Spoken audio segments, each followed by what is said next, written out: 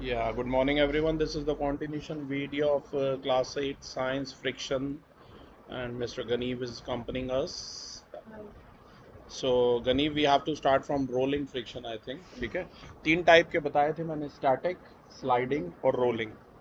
इस पर हम रील भी बनाएंगे। स्टैटिक में मैं सिलेंडर को उठा के कैरी करूँगा, जल्दी घर पर मैं बनाऊँगा अपने।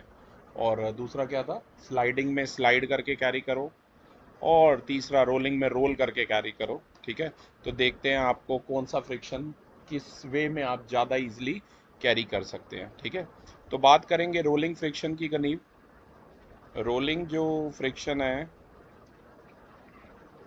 उसके अंदर जो हम किसी भी ऑब्जेक्ट को उस पर व्हील लगाते हैं एक तरीके से, राइट। तो अगर कोई भी ऑब्जेक्ट जैसे कि व्हील वो रोल करेगा over the surface of another object, तो जो रेजिस्टेंस होगा मोशन का उसे हम क्या कहेंगे, रोलिंग फ्रिक्शन कहेंगे।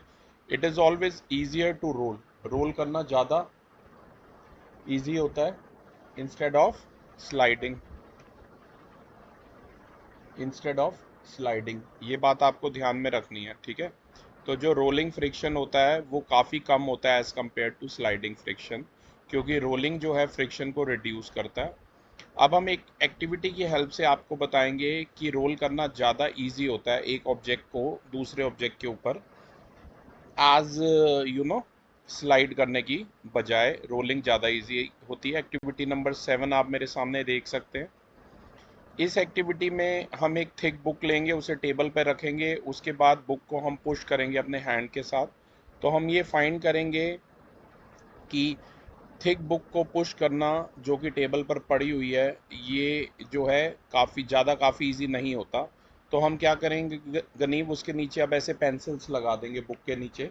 ध्यान से देखिए, लार्ज अमाउंट ऑफ फोर्स की ज़रूरत पड़ेगी अगर आपको बुक को स्लाइड करना है, ठीक है ना। लेकिन अब रोलर्स लगा दिए एक तरीके से बुक के नीचे, यानी कि पेंसिल लगा दी है। तो आप अगर इस बार अब इसको रोलिंग फ्रिक्शन मतलब रोल करेंगे या स्लाइड करेंगे तो वो ज़्यादा इजी होगा। ठीक है, तो ये जो राउंड पेंसिल्स होनी चाहिए और सिलेंड्रिकल शेप में होनी चाहिए, ये रोलर्स की तरह एक्ट करती हैं। राउंड पेंसिल्स को आपने ऐसे पैरेलल लगाना है जैसे कि आप सामने फिगर में देख रहे हैं। ठीक है, तो आप ये देख पाएंगे। अब आप पुश करेंगे बुक को अपने हैंड के साथ। जब पुश करेंगे तो जो राउंड पेंसिल्स हैं वो लगातार रोल करेंगी, टर्न करेंगी व्हील्स की तरह, और वो मोशन को इजी कर देंगी। तो आपको बात ये ध्यान रखनी है, बिल्कुल हल्का सा small amount of force book को मूव कराने में काम में आया, क्योंकि वो रोलर्स, पेंसिल जो थी वो रोलर्स का काम कर रही थी। तो काफ़ी इजी हो जाता है मूव कराना स्लाइड कराने के बजाय। प्लीज़ अंडरलाइन कर लीजिएगा नीव, it is much easier to move on the object kept on rollers. अगर कोई भी ऑब्जेक्ट रोलर्स के ऊपर रखा गया उसे मूव कराना बहुत आसान है, क्योंकि रोलिंग फ्रिक्शन जो है स्लाइडिंग फ्रिक्शन से काफ़ी कम होता है। इन सब डिस्कशन से हम ये हल निकाल सकते हैं कि अगर हम रोल करते रहेंगे एक ऑब्जेक्ट को दूसरे ऑब्जेक्ट के ऊपर तो रोलिंग फ्रिक्शन फिर प्ले में आएगा, और रोलिंग फ्रिक्शन जो होता है काफ़ी कम होता है as compare to sliding friction. Rolling friction जो है काफ़ी कम होता है और काफ़ी इजी और कन्वीनियंट होता है हैवी लगेज को मूव करना। तभी लगेज के नीचे भी आपने देखा रोलर्स, टायर्स लगाए जाते हैं ताकि हैवी लगेज को हम इजीली मूव कर सके। हैवी मशीन जो हैं उन्हें हम मूव कर सकते हैं by placing large round of blocks of woods. ये बात आपको ध्यान में रखनी है। ठीक है, तो ये कुछ एक्टिविटीज़ हैं गनीव जिससे हमने ये प्रूव किया कि रोलिंग फ्रिक्शन जो है हमारा स्लाइडिंग फ्रिक्शन से क्या होता है, कम होता है। ठीक है, राउंड लॉक्स जो होते हैं वुड के वो रोलर्स की तरह एक्ट करते हैं और काफ़ी इजी हो जाता है हैवी मशीन्स को उन पर मूव कराना। जैसे कि अभी पिछले फिगर में भी मैंने आपको बताया, लार्ज ब्लॉक ऑफ स्टोन को आप इजीली रोलर्स की हेल्प से मूव करा सकते हैं। आपको ये बात बस नोट करनी है कि जो रोलर्स हैं वो व्हील की तरह टर्न होने चाहिए और ब्लॉक ऑफ स्टोन को आगे ले जाएं। रोलर्स एक तरह के व्हील्स ही होते हैं। अब हम ये समझेंगे कि व्हील को हम सबसे ग्रेटेस्ट इन्वेंशन क्यों कहते हैं मैनकाइंड का। ऐसा इसलिए है क्योंकि व्हील्स फ्रिक्शन को काफ़ी रिड्यूस कर देते हैं रोल करने के द्वारा, और हम ज़्यादा हैवी ऑब्जेक्ट्स जैसे कि कार, बसेस, ट्रक्स, ट्रेन्स, इनको हम एक जगह से दूसरी जगह ले जा सकते हैं। अब फ्रिक्शन आपको पता है एक नेसेसरी ईवल है, एक बहुत इंपॉर्टेंट बुराई है। ऐसा क्यों है? फ्रिक्शन का काफ़ी इंपॉर्टेंट रोल है हमारी डेली लाइफ में। कई केसेस में फ्रिक्शन यूज़फुल होता है और कई केसेस में फ्रिक्शन जो है हार्मफुल होता है, हम उसको रिड्यूस करना चाहते हैं। तो अब हम इसके एडवांटेजेस और डिसएडवांटेजेस को डिटेल में डिस्कस करेंगे वन बाय वन। फ्रिक्शन या फ्रिक्शनल फोर्स काफ़ी ज़रूरी है क्योंकि ये हमें हमारे बहुत से डेली लाइफ एक्शन के बारे में करने में हेल्प करता है। जैसे कि मैं बात करूं कि फ्रिक्शन जो है वो मतलब हमें है ना स्लिप होने नहीं देता। It enable us to walk without slipping और हम स्मूथली वॉक कर पाते हैं। देखो, आप ग्राउंड पे तभी वॉक कर पाओगे क्योंकि जो फ्रिक्शन होगा, जो हमारे सोल हैं शूज़ के और ग्राउंड के बीच का जो फ्रिक्शन होगा वो उसको स्लिप नहीं होने देगा ग्राउंड के ऊपर। ऐसा कुछ इस प्रकार होता है कि जब भी आप एक कदम आगे बढ़ाते हैं वॉकिंग के दौरान, तो आप अपना एक जो फुट है वो ग्राउंड से ऊपर लिफ्ट करते हैं और ग्राउंड पर बैकवर्ड फोर्स लगाते हैं विद द अदर फुट। ऐसा ही होता है क्योंकि न्यूटन का जो थर्ड लॉ है बेटा, वो कहता है to every action there is equal and opposite reaction. तो अगर आप कहीं एक्शन करेंगे तभी उसका रिएक्शन फोर्स आपको आगे ले जाएगा। तो होता क्या है, आप ग्राउंड पे पीछे की तरफ फोर्स लगाते हैं और जो दूसरे फुट से, अगर फ्रिक्शन नाम की कोई चीज़ ही नहीं होती आपके शू के सोल में और ग्राउंड में, तो जो आपका शू है ग्राउंड पर स्लिप हो जाता पीछे की तरफ, ठीक है। और ग्राउंड को पीछे, क्योंकि हम ग्राउंड को पीछे की तरफ धकेलते हैं, तो जो फ्रिक्शनल फोर्स है वो अपोजिट डायरेक्शन में एक्ट करता है, यानी कि फॉरवर्ड डायरेक्शन में एक्ट करता है और ये प्रिवेंट करता है हमारे फुट को पीछे जाने से, वरना स्किड होके आप नीचे गिर जाते, राइट, बार बार। तो ये फोर्स ऑफ फ्रिक्शन ही है जिसकी वजह से ये फोर्स ऑफ फ्रिक्शन ही है जिसकी वजह से आप आगे बढ़ पाते हैं हर स्टेप पर, ठीक है, वॉक करने के दौरान। अगर कोई फोर्स ऑफ फ्रिक्शन ना होता आपके सोल ऑफ शूज़ में और ग्राउंड में, तो वॉकिंग जो है पॉसिबल ही ना हो पाता। ये बात आपको ध्यान में रखनी है।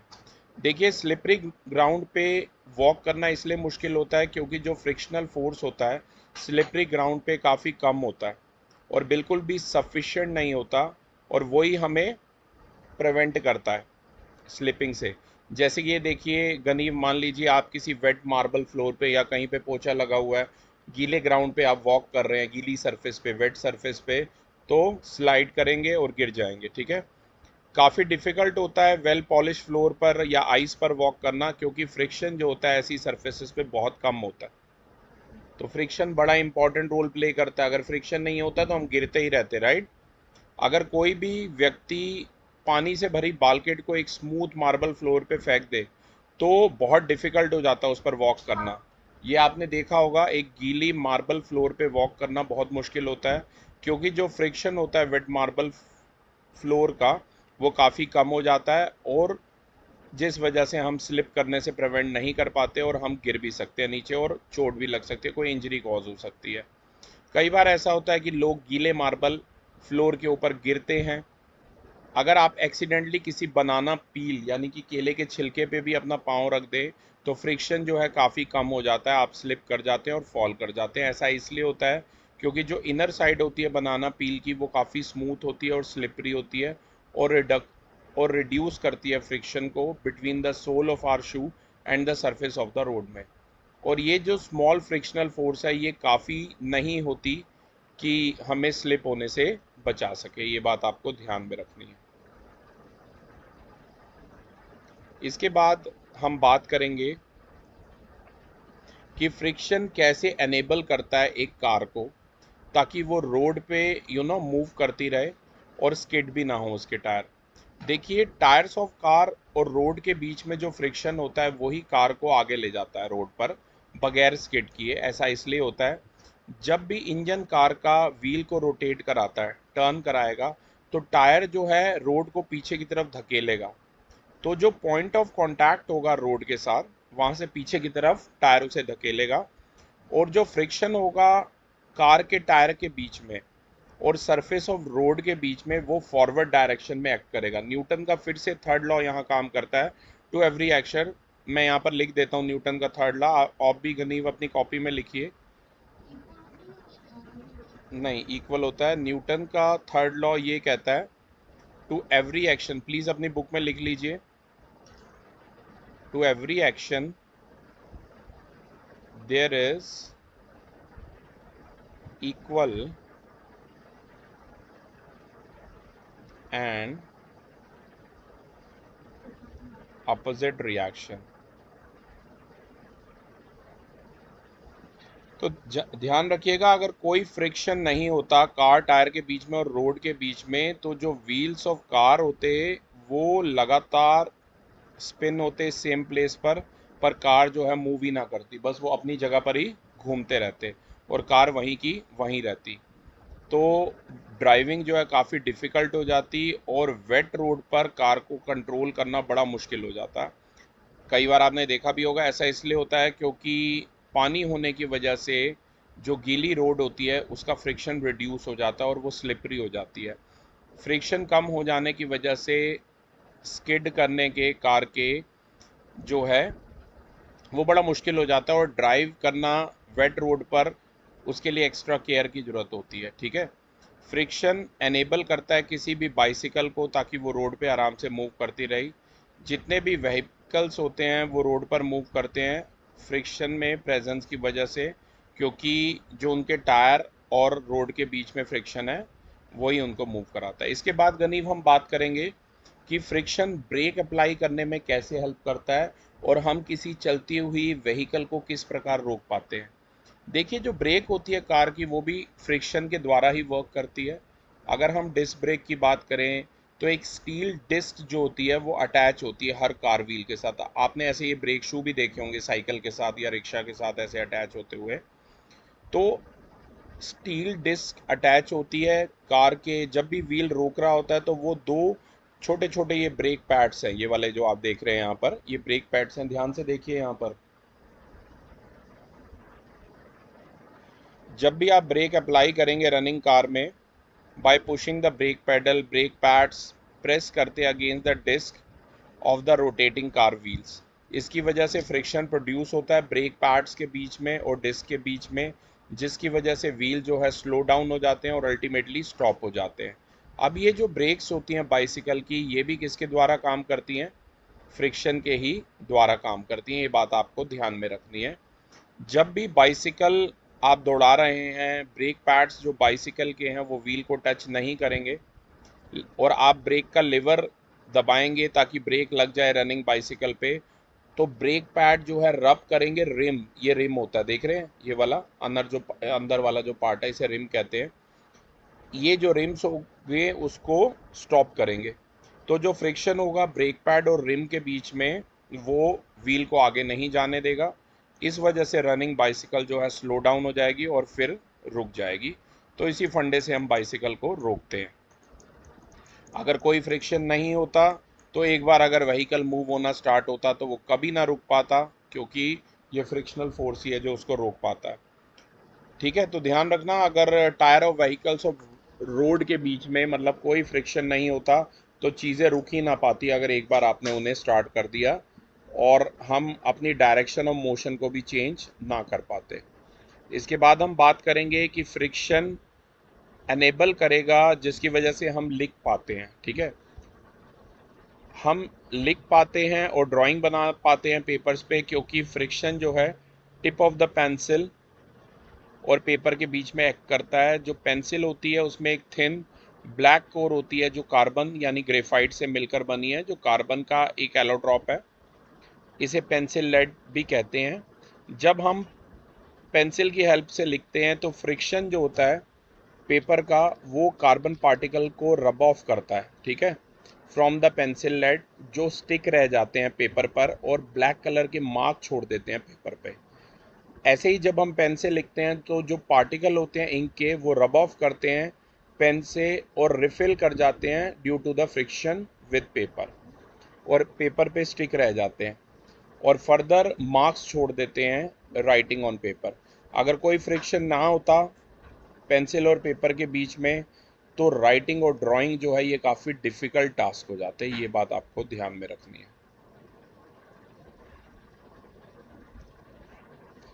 ओके, तो बहुत मुश्किल हो जाता लिखना भी हमारे लिए। हम लिख नहीं सकते थे पेंसिल की हेल्प से ग्लास शीट पे, क्योंकि ग्लास का सरफेस जो है काफ़ी स्मूथ होता है, जिसकी वजह से जो फ्रिक्शन होता है between the tip of the pencil and glass surface वो काफ़ी कम होता है। तो फ्रिक्शन जो है सफिशेंट नहीं होता कि वो ब्लैक ग्रेफाइट पार्टिकल्स को टिप ऑफ द पेंसिल से रब कर सके। मैं ब्लैक बोर्ड पे इसी वजह से लिख पाता हूँ चौक से, क्योंकि जो ब्लैक बोर्ड और चौक है उनके बीच में फ्रिक्शन एक्ट करता है। जब मैं ब्लैक बोर्ड के ऊपर लिखना शुरू करता हूँ चौक से, तो जो रफ सरफेस होता है ब्लैक बोर्ड का वो रब ऑफ करता है कुछ चौक पार्टिकल्स को, जो ब्लैक बोर्ड की सरफेस पे स्टिक रह जाते हैं और राइटिंग की फॉर्म में हमें ब्लैक बोर्ड पे दिखते हैं। इसके अलावा हम बात करेंगे कि फ्रिक्शन कैसे अनेबल करता है, पिकअप करता है और थिंग्स को हम होल्ड कर पाते हैं, चीज़ों को हम होल्ड कर पाते हैं अपने हाथ में। देखिए, मान लीजिए अगर मैं किसी बुक को उठा पा रहा हूँ अपने हाथ में, तो वो सिर्फ और सिर्फ फ्रिक्शन की वजह से है जो बुक और मेरे हैंड के बीच में एक्ट कर रहा है। अगर मैं किसी ग्लास टम्बलर को अपने हैंड से उठा पाता हूँ फ्रिक्शन की वजह से between the glass tumbler and our hand, जो आउटर सरफेस होता है ग्लास टम्बलर का वो काफ़ी ऑयली या ग्रीजी होता है, क्योंकि उस पर कुकिंग ऑयल की फिल्म होती है, तो काफ़ी डिफ़िकल्ट हो जाता है उसे होल्ड करना। ऐसा इसलिए होता है क्योंकि किसी भी फिल्म या जो ऑयल की फिल्म है वो outer surface of glass tumbler पे वो फ्रिक्शन को रिड्यूस करती है ग्लास टम्बलर, तभी वो उसे लेस फ्रिक्शन होने की वजह से वो हमारे हाथ से स्लिप करता है और छूट जाता है। अगर आप किसी कुल्हड़ को उठा के देखें जो अर्थन पॉट होता है, अगर आप वृंदावन जाएंगे तो आपको ये कुल्हड़ में दूध वगैरह सर्व किया जाता है, उसे पकड़ना आसान है क्योंकि कुल्हड़ का जो आउटर सरफेस है वो काफ़ी रफ होता है, और जो फ्रिक्शन होता है कुल्हड़ और हमारे हैंड के बीच में वो इतना ज़्यादा होता है और उसे ईजी होता है। मतलब जिन चीज़ों के बीच में फ्रिक्शन ज़्यादा होगा उन्हें होल्ड करना ईजी होगा, और ग्लास की बात करें, ऑयली किसी चीज़ की बात करें, उसे होल्ड करना उतना ही मुश्किल होगा क्योंकि फ्रिक्शन उनके बीच में लेस होगा। ये बात आपको ध्यान में रखनी है। Due to the smooth surface of the glass tumbler, जो फ्रिक्शन होता है ग्लास टम्बलर और हैंड के बीच में काफ़ी कम होता है, जो कंपैरेटिवली उसको डिफ़िकल्ट कर देती है होल्ड करना। अगर फ्रिक्शन नाम की कोई चीज़ ही नहीं होती तो किसी भी बुक, ग्लास टम्बलर या कुल्हड़ वगैरह को होल्ड करना काफ़ी मुश्किल होता है। ये बंद करो, यहाँ से कर्टन हटाओ, लगाओ, कर्टन लगाओ। आगे हम बात करेंगे गनीव, नेल्स हम कैसे फिक्स कर सकते हैं किसी भी वॉल में। आपने कभी नेल यानी कि कील गाड़ के देखी होगी। देखिए, ऐसा भी आप फ्रिक्शन की वजह से कर पाते हैं। अगर आप हैमर करेंगे किसी भी नेल को वॉल में, तो जो फ्रिक्शन होगा सरफेस ऑफ नेल और वॉल के बीच में, वो नेल को टाइटली डक कर देता है वॉल के अंदर। बगैर फ्रिक्शन के नेल्स को भी आप वॉल में फिक्स नहीं कर पाते। नेल्स और जो स्क्रूज हैं वुड के अंदर, वो हम फ्रिक्शनल फोर्स की वजह से ही होल्ड कर पाते हैं। अगर कोई फ्रिक्शन ना होता तो नेल्स और स्क्रू को वुड के पीसेस के अंदर होल्ड करना पॉसिबल नहीं होता, और हम कोई भी फर्नीचर यानी कि टेबल चेयर, ये जो आप देख रहे हैं अपने आसपास, ये ना बना पाते। तो फ्रिक्शन जो है वो अनेबल करेगा नेल को और स्क्रूज को, ताकि वो सारी चीज़ों को इकट्ठे पास पास रख सके।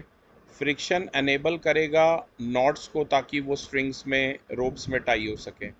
दूसरे शब्दों में हम ये कह सकते हैं कि जो नॉट्स हैं रोप्स के अंदर, वो भी फ्रिक्शन के द्वारा ही होल्ड होते हैं। फ्रिक्शन अनेबल करता है किसी भी व्यक्ति को ताकि वो क्लाइंब कर सके ट्री पे या पोल पे बगैर स्लाइड किए हुए।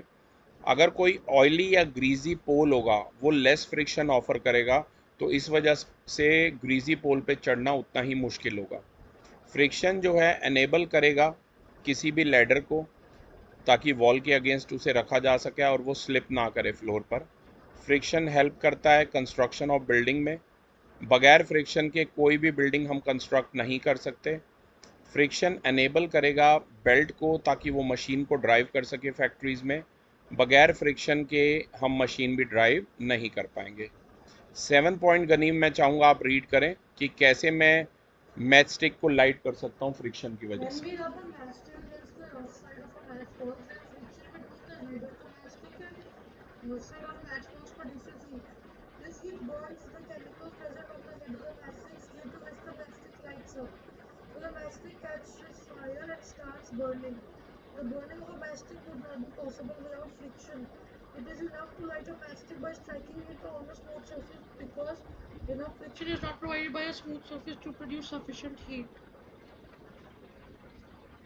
Thank you Ghanim. तो आपने मैच स्टिक की हेल्प से उसकी रफ साइड पे मैच बॉक्स की मैच स्टिक को जलाया होगा। जो फ्रिक्शन होता है head of the match stick, ये head of the match stick है और रफ साइड आपने, ये रफ साइड है मैच बॉक्स की, ठीक है ना। ये जो है हीट प्रोड्यूस करती है।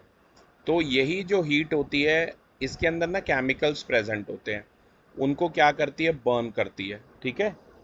तो ये जो मैच स्टिक है ये आग पकड़ लेती है और बर्न करना शुरू कर देती है। अब ये जो बर्निंग ऑफ मैच स्टिक है ये बगैर फ्रिक्शनल फोर्स के पॉसिबल नहीं हो पाता।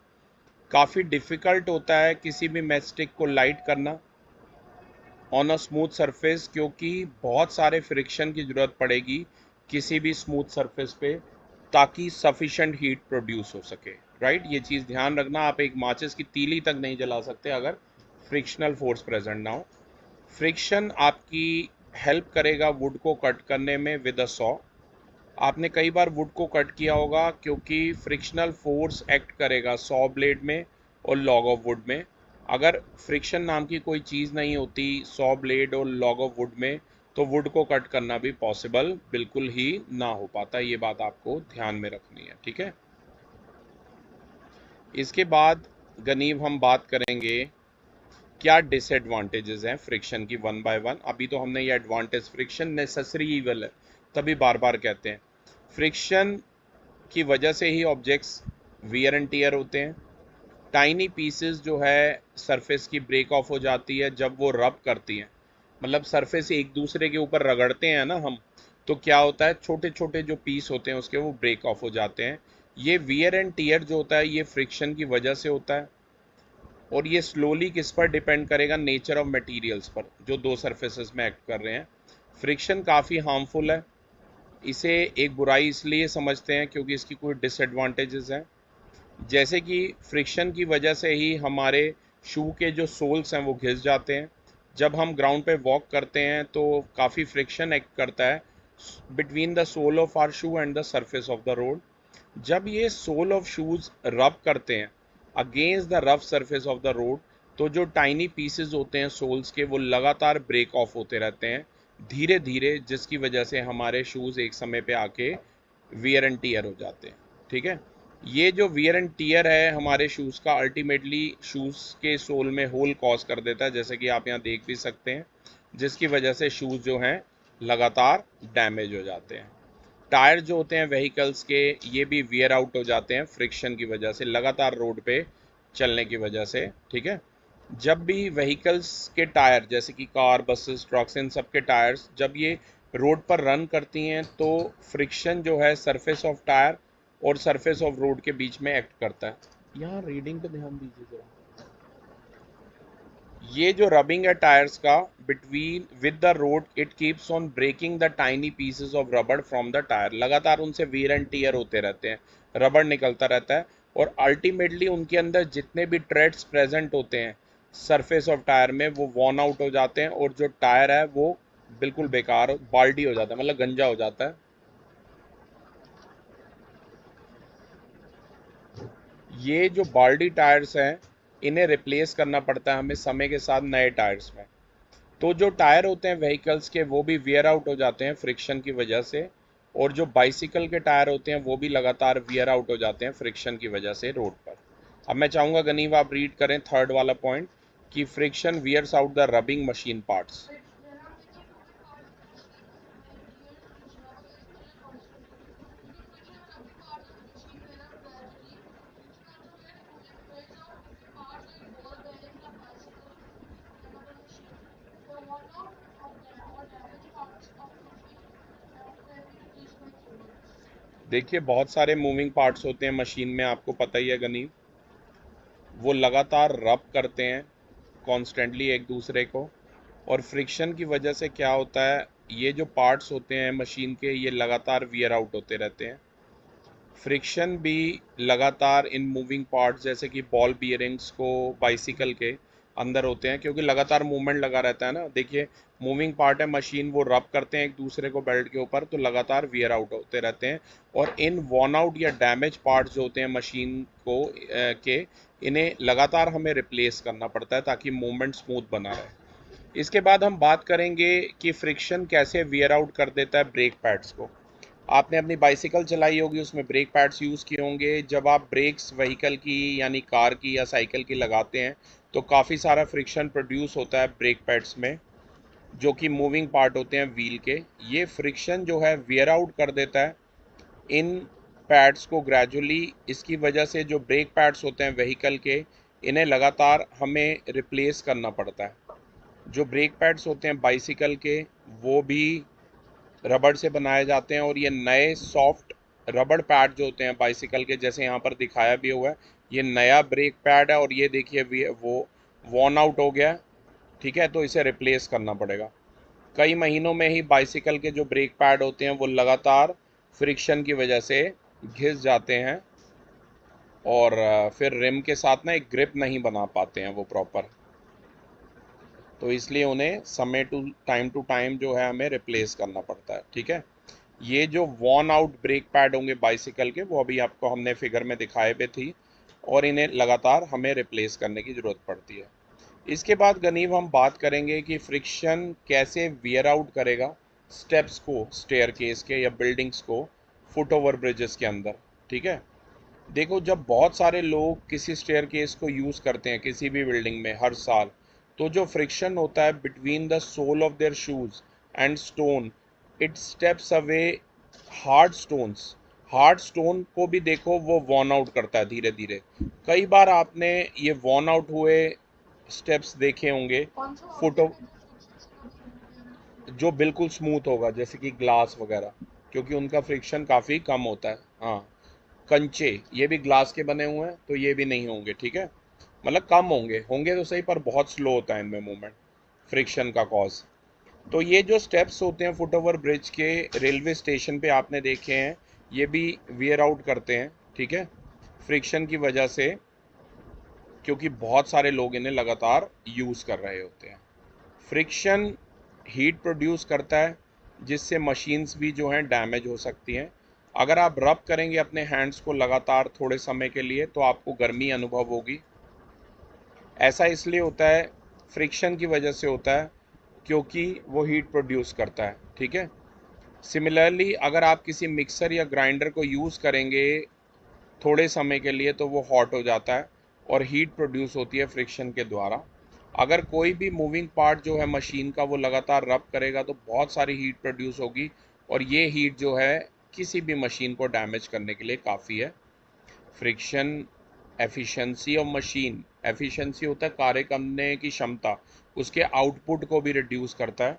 कई बार जो एनर्जी हम सप्लाई कर रहे हैं किसी मशीन को रन करने में, वो वेस्ट हो जाती है फ्रिक्शनल फोर्स से ओवरकम होने में, क्योंकि उसके जो मूविंग पार्ट है और कई एनर्जी इसमें वेस्ट हो जाती है इन सब में।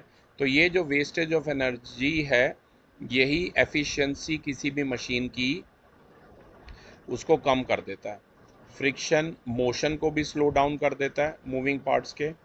देखो जितनी भी मूविंग चीज़ें हैं जैसे कार, बसेस, तो फ्रिक्शन की वजह से इनका मोशन भी स्लो हो जाता है। तो अब हम बात करेंगे कि कुछ मेथड्स की जिनसे हम फ्रिक्शन को इंक्रीज़ कर सकते हैं। देखिए कई केसेस में फ्रिक्शन हमारे लिए बहुत ज़रूरी है, कई केसेस में हम फ्रिक्शन को बढ़ाना चाहते हैं ताकि इसे और यूज़फुल कर सकें। फ्रिक्शन को हम बढ़ा सकते हैं by making the surface of object rough. ये जो सरफेसेस हैं ऑब्जेक्ट की, इन्हें हम बहुत तरीके से रफ कर सकते हैं। ये डिपेंड करेगा इस सिचुएशन पे कि जब ये ऑब्जेक्ट यूज़ किए गए हैं।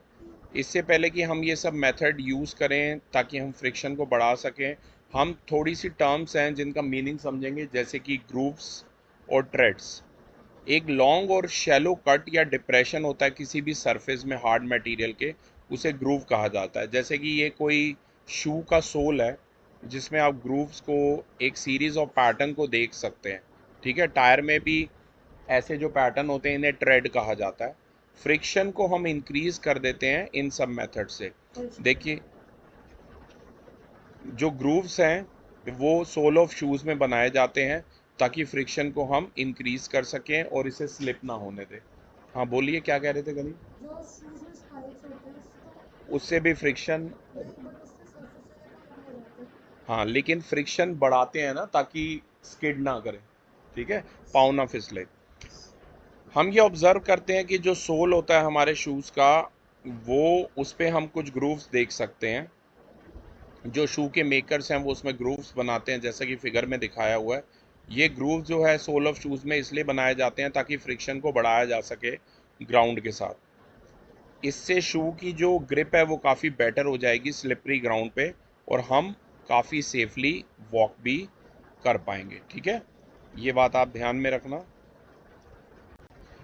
इसके अलावा टायर्स में आपने ऐसे ट्रेड्स देखे होंगे व्हीकल के टायर्स में, ये भी फ्रिक्शन को इंक्रीज करने का काम करते हैं और टायर को स्किड नहीं होने देते वेट रोड्स पर। क्योंकि जैसा कि अभी मानसून सीज़न चल रहा है तो बारिश लगातार होती रहती है, तो लगातार रोड्स पे पानी खड़ा रहता है। पानी खड़े रहने की वजह से जो फ्रिक्शन है कम ऑफर होता है रोड रोड के द्वारा, व्हीकल्स और सरफेस ऑफ रोड के द्वारा, जिसकी वजह से टायर अपनी ग्रिप लूज कर सकते हैं। ये जो रिड्यूस फ्रिक्शन है between the tyres and road, ये इंक्रीज कर देगा स्किड होने के चांसेस को वेट रोड के ऊपर। इसकी वजह से काफ़ी डिफ़िकल्ट हो जाएगा एक रनिंग व्हीकल को वेट रोड के ऊपर कंट्रोल करना। बहुत मुश्किल हो जाती है ड्राइविंग बारिशों के सीज़न में। जो ट्रेड्स होते हैं सरफेस ऑफ टायर्स पे वो इस तरीके से डिज़ाइन कर दिए जाते हैं ताकि आप वाटर को वो पुश अवे करेंगे जब वो कार के टायर के अंडर आएंगे। जब ये वाटर पुश अवे किया जाता है सरफेस ऑफ रोड के द्वारा बेनेथ द टायर, तो जो फ्रिक्शन होगा रोड और टायर के बीच में इंक्रीज कर जाएगा और इम्प्रूव करेगा टायर की ग्रिप को वेट रोड के ऊपर। जो रिस्क होगा स्किड होने का वो फास्ट रनिंग व्हीकल पे काफ़ी ज़्यादा रिड्यूस हो जाएगा, और जो ट्रीटेड टायर्स होंगे कार्स के, बसेस के, मोटरसाइकिल, स्कूटर, बाइसिकल, ये एक बेटर ग्रिप प्रोवाइड करेंगे रोड पर। और लेकिन ऐसे टायर जो है ड्राई वेदर में इतनी हेल्प नहीं कर पाते हैं, तो टायर कंपनीज इसी तरीके से डिज़ाइन करती हैं। अब बात करते हैं स्पाइक्स की, जो आप कह रहे थे। स्पाइक्स प्रोवाइड किए जाते हैं, जैसे कि यहाँ आप देख सकते हैं स्पाइक्स प्रोवाइड किए गए हैं प्लेयर्स और एथलीट के शूज़ में, ताकि फ्रिक्शन इंक्रीज हो और वो स्लिप ना हो। प्लेयर्स और एथलीट जो होते हैं उन्हें तेज भागने की ज़रूरत होती है, तो जितना और फ्रिक्शन जो होगा उनके सोल ऑफ शूज़ और ग्राउंड के बीच में जितना ज़्यादा होगा तो वो स्लिप होने से उनको बचाएगा। और फ्रिक्शन को इंक्रीज करने के लिए स्पाइक्स जो हैं सोल ऑफ शूज़ में प्रोवाइड किए जाते हैं प्लेयर्स के और एथलीट्स के। ये जो स्पाइक्स होते हैं ये पॉइंटेड नेल्स होते हैं जो ग्राउंड में एक तरीके से सिंक कर जाते हैं, धंस जाते हैं, और फ्रिक्शन को इंक्रीज करते हैं between shoe and the ground, और प्लेयर्स को स्लिप होने से बचाते हैं।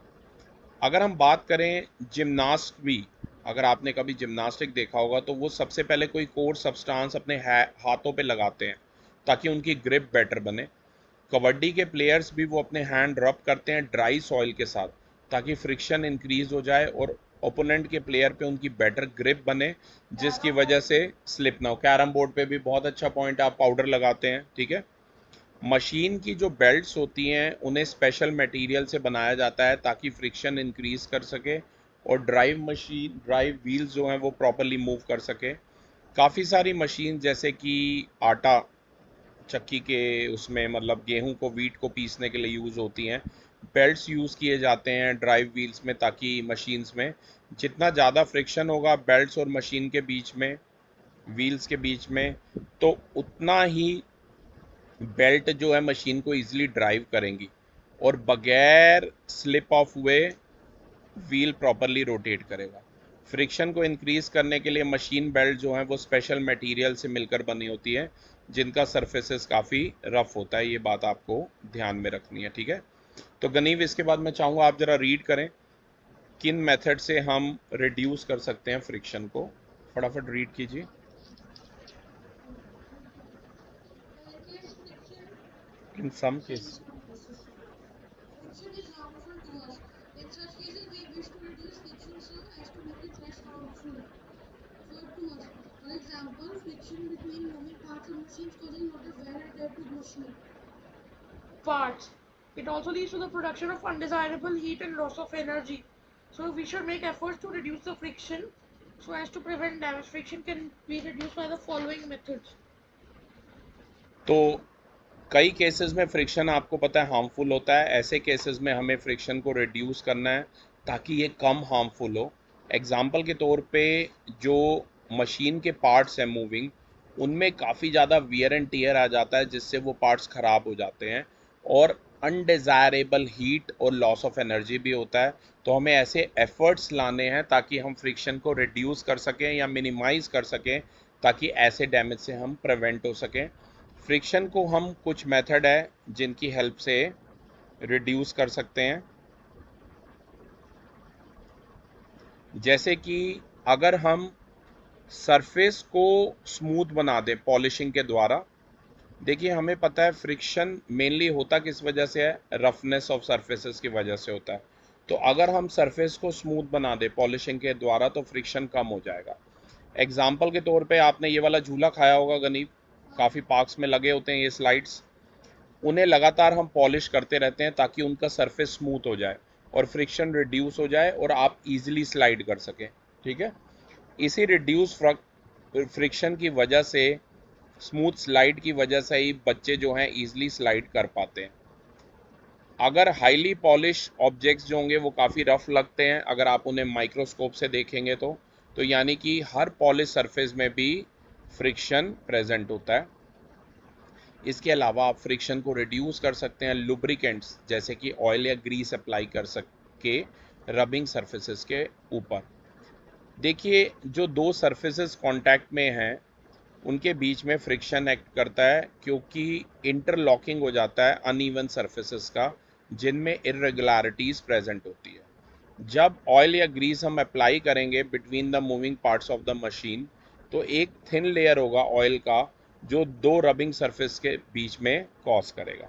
ये देखो जैसे ये सरफेस है एक ऑब्जेक्ट की, ये दूसरे सरफेस के ऑब्जेक्ट है, इनके बीच में बगैर ऑयल के ये काफ़ी वॉर्न आउट हो जाएगा, रफ हो जाएगा तो ईटन अप करना शुरू हो जाएगा। पर ऐसे ऑयल की लेयर अगर आप डाल दें तो फ्रिक्शन क्या होगा, रिड्यूस हो जाएगा। ये जो लेयर होती है ऑयल की ये सेपरेट करेगी दो रबिंग सरफेसेस को थोड़ा बहुत, जिसकी वजह से जो इंटरलॉकिंग होगी इनके बीच की वो काफ़ी ज़्यादा रिड्यूस हो जाएगी। तो अगर आप ऑयल या ग्रीस अप्लाई करेंगे और हेल्प करेंगे ताकि जो ये इंटरलॉकिंग है इनके बीच में दो रबिंग सरफेसेस के बीच में ये काफ़ी कम हो जाए, फ्रिक्शन कम हो जाए और जो मूवमेंट है वो स्मूथ हो जाए। आमतौर पर अगर हम ऑयल या ग्रीस अप्लाई करते हैं मूविंग पार्ट्स ऑफ मशीन में तो जो सरफेसेस होते हैं वो डायरेक्टली रब नहीं करते एक दूसरे के अगेंस्ट, वो रब करेंगे ऑयल या लेयर की ग्रीस के द्वारा। ऐसे सब्सटेंस जो रिड्यूस करेंगे फ्रिक्शन को उन्हें क्या कहते हैं, लुब्रिकेंट्स कहते हैं। Oil, grease, graphite, fine powder, ये सभी oil, grease, graphite, fine powder, ध्यान से सुनिए, ये सभी लुब्रिकेंट्स के एग्जांपल हैं। अगर आप ये ऐसे लुब्रिकेंट किसी भी मशीन पे अप्लाई करते हैं तो उसे कहते हैं लुब्रिकेशन करना मशीन का। लुब्रिकेशन फ्रिक्शन को रिड्यूस करेगा by helping the surfaces slide over one another smoothly. तो जो फ्रिक्शन है वो लुब्रिकेशन के द्वारा रिड्यूस किया जा सकता है। मशीन्स जो होती हैं वो लुब्रिकेट किए जाती हैं ऑयल या ग्रीस के द्वारा और फ्रिक्शन को रिड्यूस किया जाता है। एक अच्छी लुब्रिकेटेड जो मशीन है वो ज़्यादा स्मूथली लर्न करेगी और काफ़ी समय तक काम करती रहेगी। एक बाइसिकल का मैकेनिक या मोटर का मैकेनिक वो ग्रीस यूज़ करते हैं between the moving parts of these machine ताकि फ्रिक्शन रिड्यूस हो और एफिशिएंसी इंक्रीज हो। कई बार हिंजेस डोर के जो होते हैं वो नॉइस कॉज करते हैं, रेटलिंग मतलब डिस्टर्बिंग नॉइस कॉज करते हैं जब भी हम उन्हें खोलते हैं या बंद करते हैं क्योंकि उनके बीच में जो फ्रिक्शन है वो बढ़ जाता है। तो अगर आप उस पर थोड़ी सी ड्रॉप्स ऑयल की डाल दें हिंजेस ऑफ डोर्स पे तो जो फ्रिक्शन है वो रिड्यूस कर जाता है और डोर स्मूथली मूव करते हैं बगैर किसी नॉइस के। कई बार हम dry lubricant as a carrom board पे अभी आपने बताया था गनीब, वो भी हम फ्रिक्शन रिड्यूस करने के लिए करते हैं। ये बातें आपको नोट करनी है कि हम फ्रिक्शन को रिड्यूस कर सकते हैं लेकिन ज़ीरो नहीं कर सकते। चाहे सरफेस को हम कितना भी पॉलिश क्यों ना कर लें, चाहे कितने मर्जी लुब्रिकेंट्स क्यों ना अप्लाई कर लें, हम फ्रिक्शन को कभी भी 100% जो है एलिमिनेट नहीं कर सकते हैं। कई जो मशीन्स होती हैं उनमें ऑयल यूज़ करना बिल्कुल भी एडवाइजेबल नहीं होता। ऐसी मशीन्स में हम एयर कुशन जो है यूज़ किए जाते हैं बिटवीन द मूविंग पार्ट्स, ताकि हम फ्रिक्शन को रिड्यूस कर सकें। एग्जांपल के तौर पे फ्रिक्शनल ड्रैग जो है सी से किसी भी होवरक्राफ्ट के ऊपर रिड्यूस किया जाता है by a cushion of compress air. तो मतलब जो कोई भी व्हीकल या क्राफ्ट लैंड या वाटर पे किसी भी कुशन ऑफ एयर से मतलब यूज़ हो रहा है ना डाउनवर्ड ब्लास्ट में, उसे होवरक्राफ्ट भी कहते हैं। आपने मूवीज़ में कई बार देखा होगा ये। फ्रिक्शन को हम रिड्यूस कर सकते हैं by using wheels to move objects. काफ़ी डिफ़िकल्ट होता है किसी भी हैवी सूटकेस को मूव करना जस्ट उसको ड्रैग करके ग्राउंड पे, क्योंकि जो स्लाइडिंग फ्रिक्शन होता है हैवी सूटकेस और ग्राउंड के बीच में काफ़ी ज़्यादा होता है। अगर आप हैवी सूटकेस में व्हील्स लगा लेंगे तो ईजिली आप उसको रोल कर पाएंगे। राइट गनीव? तो जैसा कि आप मेरे राइट वाले फिगर नंबर 29 में देख भी सकते हैं, ठीक है, इसमें सूटकेस के नीचे रोलर्स लगाए गए हैं, हम इसको इजीली मूव करा पा रहे हैं। ऐसा इसलिए हो रहा है क्योंकि जब हम व्हील को अटैच कर रहे हैं तो स्लाइडिंग फ्रिक्शन जो है वो कन्वर्ट हो रहा है किसमें, रोलिंग फ्रिक्शन में। और रोलिंग फ्रिक्शन व्हीकल्स के बीच में सूटकेस के वो ग्राउंड में काफ़ी कम होता है, आपको पता ही है। तो इस वजह से फ्रिक्शन को हम रिड्यूस कर सकते हैं by attaching the wheels to a heavy suitcase, ठीक है, जिसको हम मूव करा रहे हैं। काफ़ी स्मॉल रोलिंग फ्रिक्शन की वजह से एक छोटा बच्चा भी एक हैवी सूटकेस को ईजिली उसके व्हील्स पे रोल करा सकता है। इस डिस्कशन से हमने ये सीखा कि फ्रिक्शन को हम रिड्यूस कर पाएंगे अगर हम व्हील अटैच कर देंगे मूविंग ऑब्जेक्ट्स पे, तो व्हील जो है वो फ्रिक्शन को रिड्यूस कर देते हैं। जितने भी मूविंग व्हीकल्स हैं जैसे कि बाइसिकल, कार्स, बसेस, ट्रक्स, इन सब पर व्हील्स लगे होते हैं ताकि फ्रिक्शन रिड्यूस हो और आप चीज़ों को एक जगह से दूसरी जगह पर डिस्प्लेस कर सकें। इससे पहले कि हम आगे जाएं गनीव, हमें बॉल बियरिंग का मतलब समझना होगा। बॉल बियरिंग क्या होते हैं? बॉल बियरिंग एक ऐसा डिवाइस होता है जो स्मॉल मेटल बॉल्स, देखिए आप देख भी सकते हैं मेरे लेफ्ट हैंड साइड पे, स्मॉल मेटल बॉल्स कंटेन करता है। ये जो स्मॉल मेटल बॉल्स होती हैं बॉल बियरिंग में, इन्हें हम फ्रीली रोल करा सकते हैं। बॉल बियरिंग कुछ इस तरीके से डिज़ाइन किए जाते हैं किसी भी मूविंग पार्ट्स ऑफ मशीन में ताकि वो रोल कर सकें एक दूसरे के ऊपर एज कंपेयर टू स्लाइडिंग। ये जो बॉल बेयरिंग होते हैं ये इंट्रोड्यूस किए जाते हैं बिटवीन टू सरफेसेस जो इजीली रोटेट कर सकें एक दूसरे के ऊपर। मान लीजिए किसी भी एक्सल को आपने फिक्स कर दिया inner side of ball bearing पर, तो व्हील को जो है फिक्स कर दिया outer side of the ball bearing पे। तो जो बॉल बेयरिंग है वो रिड्यूस करेगी फ्रिक्शन को, ताकि ये जो दो सरफेसेस हैं जिन्हें मैं एक्सल और व्हील कह रहा हूँ वो एक दूसरे पर आसानी से रोल कर सकें। ऐसा इसलिए होता है क्योंकि मैं बार बार बता चुका हूँ कि रोलिंग फ्रिक्शन जो होता है स्मॉल मेटल का बॉल्स का वो प्रेजेंट होता है इनसाइड द बॉल बेयरिंग। मैं चाहूँगा गनी फोर्थ पॉइंट आप रीड करें कि फ्रिक्शन को हम रिड्यूस कर सकते हैं by using ball bearing between the moving parts of the machine. ये एक्सल है और ये व्हील है, पढ़िए। We have just studied that friction can be reduced by using wheels. Even a wheel produces some friction like a central hole, not with the axle to reduce friction still. Further, wheels are mounted on ball bearings. The bearing is fixed between the hub and axle. When the wheel revolves, the balls of ball bearing roll and reduce friction. So the use of ball bearing makes the wheel roll smoothly over the axle. अभी अभी हमने ये पढ़ा कि हम friction को wheels के द्वारा रिड्यूस कर सकते हैं। अगर कोई भी व्हील कुछ फ्रिक्शन प्रोड्यूस कर रहा है उसके सेंट्रल होल से, ये सेंट्रल होल है जिसे हम हब कहते हैं, वो रब करेगा एक्सेल के साथ, ठीक है, ताकि फ्रिक्शन जो है रिड्यूस कर जाए फर्दर बॉल बेयरिंग की हेल्प से। ये जो बॉल बेयरिंग होता है ये फिक्स होता है between the hub of the wheel and axle, ठीक है। ये व्हील है, ये हब है और ये एक्सेल है, ये सारी चीज़ें आपस में इंटरकनेक्टेड हैं और फिक्स होती हैं। देखिए व्हील कोई फ्रिक्शन प्रोड्यूस करेगा, जहाँ पर इसका जो हब होगा, सेंट्रल होल जो है वो रब करता है against the axle while rotating, जबकि बॉल बेयरिंग आप डाल देंगे तो फ्रिक्शन जो है कम हो जाएगा। तभी इसमें ऐसे है ना, बॉल बेयरिंग डाले जाते हैं गनीम। जब व्हील रिवॉल्व करता है तो जो बॉल्स होती हैं बॉल बेयरिंग की, वो फ्रिक्शन को रिड्यूस करती हैं, जैसे कि आपने अभी अभी देखा था फिगर नंबर 31B में, यहाँ पर बॉल बेयरिंग इसके बीच में डाली भी गई हैं।